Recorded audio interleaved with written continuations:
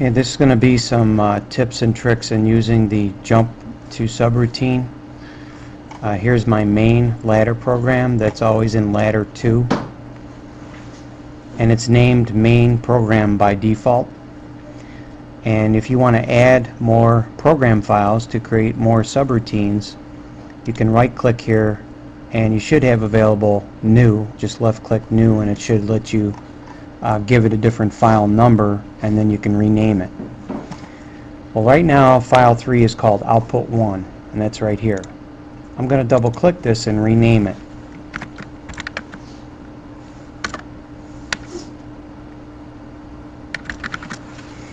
I'm renaming it Flasher because this subroutine is going to flash this output on and off, but only when it's triggered to be scanned. So let's look at our main program, and I'm going to rename this subroutine.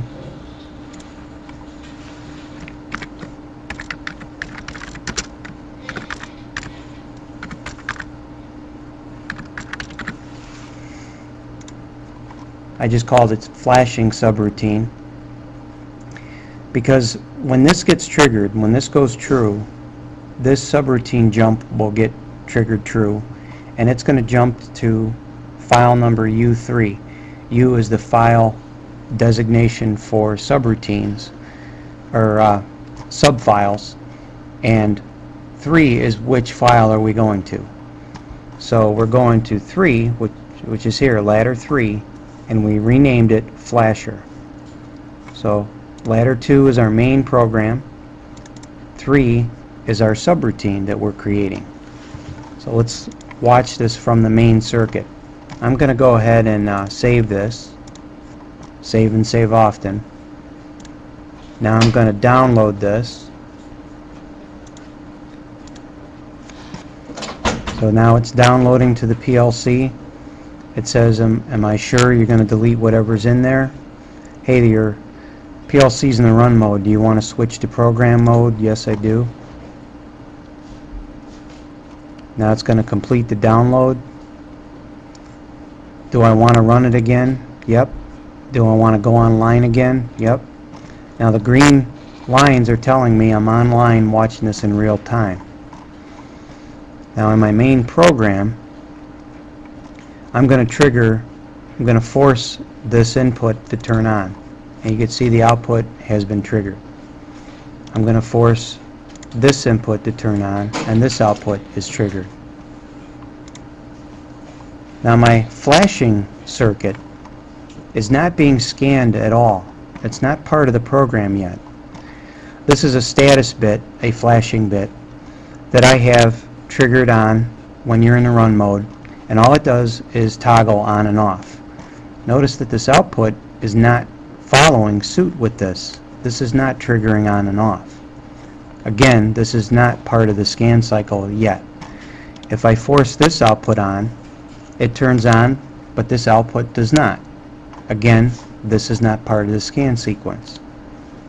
So I'm going to take that force off, and I'm going to force this to come on. Now this subroutine is being energized. This is true. It reaches here, it says jump to file 3. We go to file 3, and now notice that our flashing bit is triggering this output. It's cycling it on and off. If I force this on, now this output does get triggered. Again, we're here, scan this, trigger this, scan this is true, jump to 3, we go to 3, scan this is true, trigger that on. This is false, so it skips this rung, and now it sees this being cycled and cycles this output on. When it reaches the end rung, it automatically will return to where it came from, and it returns just below the subroutine. So it returns here, scans this, this is true, triggers this output on. You can control when the program returns from the jump subroutine function, and that's right here. This is the return function. If I tell the scan sequence to return here instead of at the end rung, it will completely skip rung 2.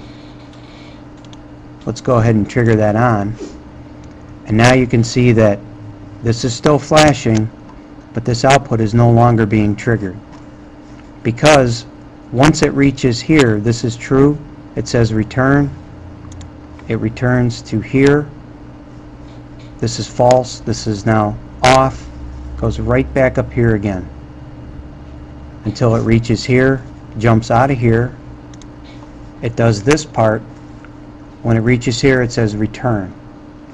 So this output is never triggered as long as that's true. Let's remove that force. Now you can see we're no longer returning here, we're returning here.